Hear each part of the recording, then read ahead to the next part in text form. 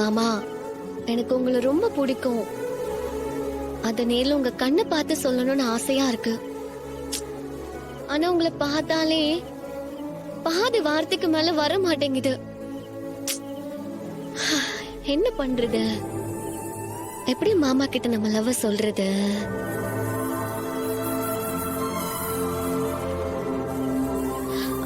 பேசாம நம்ம லவ் ஒரு லெட்டர்ல எழுதி மாமா கிட்ட கொடுத்துடலாமா? ஐய, லெட்டர்லாம் ஓல்டு ஸ்டைலு, அது வேண்டாம். வேற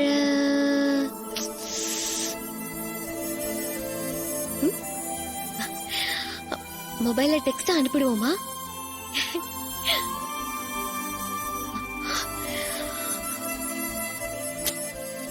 எதுவும் வேண்டாம். இப்படி அனுப்புனா மாமாவோட ரியாக்ஷன் என்னன்னு எனக்கு தெரியாது. வேற என்ன பண்றது?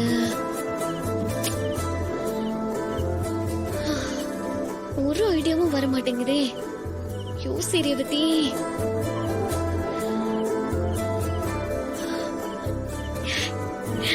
இது எதுவுமே ஒர்க் அவுட் ஆகாது. எதையும் முகத்துக்கு நேரா சொல்லும் போதுதான் நமக்கு உண்மையான ரியாக்ஷன் கிடைக்கும். அப்ப கார்த்தி மாமாவை நேர்ல பார்த்து என் மனசுல இருக்கிற லவ் சொல்லணும். அப்படி சொன்ன மாமா என்ன சொல்லுவாரு? என்ன சொல்லுவாரு? வழக்கம் போல அவர் மனசுல என்ன நினைக்கிறாருன்னு தெரியாத மாதிரி ஒரு ரியாக்ஷன் கொடுப்பாரு. அப்புறம் நம்மளையே குழப்பி விடுவாரு. அது தெரியாம நாமளும் முழிச்சிட்டு நிப்போம். வேற என்ன பண்ணலாம்? என் மனசுல இருக்கிறத மாமாவோட கண்ணை பார்த்து சொல்லணும். இதுதான் சரியா இருக்கும். நாளைக்கு எப்படியாவது என் காதல மாமா கிட்ட சொல்றேன். தம்பி, தம்பி, நீங்க வந்து ரொம்ப நேரம் ஆச்சு போல. கோயில் நடைய சாத்தணும். சாரிங்க, டைம் போனதே தெரியல. தம்பி, நீங்க ஒரு நாள் கூட இப்படி ஒரே இடத்துல உட்காந்து நான் பார்த்தது இல்லையே. ஏதாவது பிரச்சனையா? இல்ல, அப்படிலாம் எதுவும் இல்லைங்க. அப்படி எதுவா இருந்தாலும் இங்க இருக்கிறவ கிட்ட இறக்கி வைங்க, அவ பாத்துக்குவா. ஏன்னா ஊருக்காக ஓடுறவங்க உக்காந்துட்டா அப்புறம் இந்த ஊரோட நிலைமை. ஆளுக்கு முன்னாடி எந்த பிரச்சனைக்கும் ஓடி வந்து நிக்கிற உங்களுக்கு இந்த அம்மா எந்த குறையும் வர விட மாட்டா. கண்டிப்பாங்க. சரிங்க, நீங்க நடைய சாத்துங்க, நான் கிளம்புறேன். நல்லது தம்பி.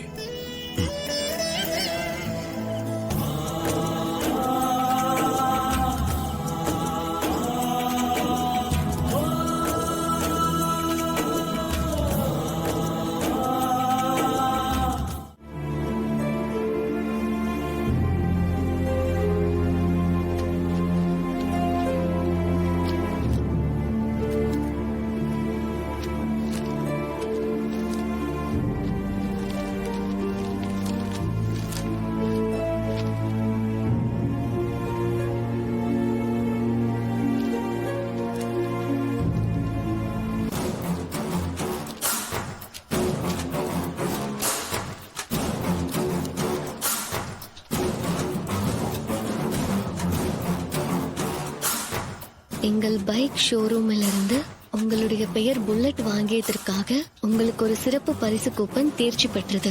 நீங்கள் ஜோடியாக கோவாவிற்கு போவதற்கு ஒரு ஃப்ரீ ட்ரிப் கூப்பன் இது. நான் புல்லட் வாங்கினா, ஸ்கூட்டி வாங்கினேன்னு சொன்னா ஓகே. நான் யாருக்கு புல்லட் வாங்கினேன்? சரி, போன் பண்ணி கேட்போம்.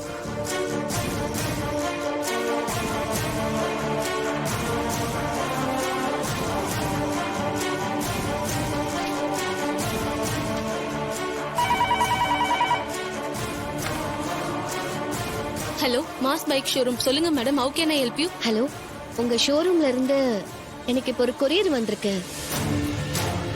நான் உங்ககிட்ட புல்லட் வாங்கினதா சொல்லி ஒரு gift கூப்பன் அனுப்பியிருக்கீங்க. ஆனா நான் உங்ககிட்ட புல்லட் எதுவுமே வாங்கலையே. அப்படியா மேடம்? gift கூப்பன் எல்லாமே ஷோரூம்ல புல்லட் வாங்குனவங்களுக்கு தான் அனுப்பணும். உங்க பேர் சொல்லுங்க, எதுக்கும் சிஸ்டம்ல செக் பண்ணி பாக்குறேன். என்னோட பேர் ரேவதி. 1 செகண்ட்.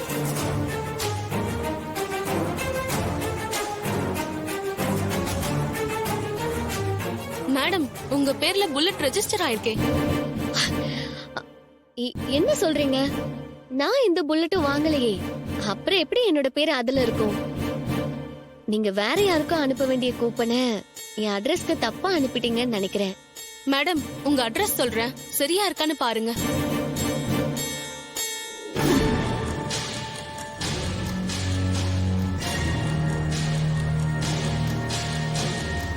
அட்ரஸ் கரெக்டா தான் இருக்கு. ஆனா நான் எதுவும் புல்லட் வாங்கலையே. மேடம் நான் இங்க புதுசா ஜாயின் பண்ணிருக்கேன். இதெல்லாம் எப்பவோ நடந்த சேல்ஸ். மேனேஜர் இன்னும் 2 மணி நேரத்துல ஷோரூம்க்கு வந்துருவாரு. உங்களுக்கு ஏதாவது டவுட் இருந்தா நீங்க நேர்ல வந்து ஃபைலை செக் பண்ணி பாத்துக்கோங்க மேடம். சரி, ஓகே, நான் வரேன். என்ன இந்த பொண்ணு பேர் அட்ரஸ் எல்லாம் சரியா இருக்குன்னு சொல்றா? ஆனா புல்லட் எப்படி? நான் புல்லட் வாங்கினா யாருக்கு வாங்கின? யாரு? கொஞ்சம் கூட ஸ்ட்ரைக் ஆகலையே. அப்பாக்கா மாமாக்கா. ஆனா அவங்க யாரும் புல்லட் யூஸ் பண்ணி நான் பார்த்ததே இல்லையே. வீட்லயும் புல்லட் இல்ல. அப்புறம் எப்படி ஷோரூம்ல ஏன் பேர் இருக்கும்? ஒரே குழப்பமா இருக்கு.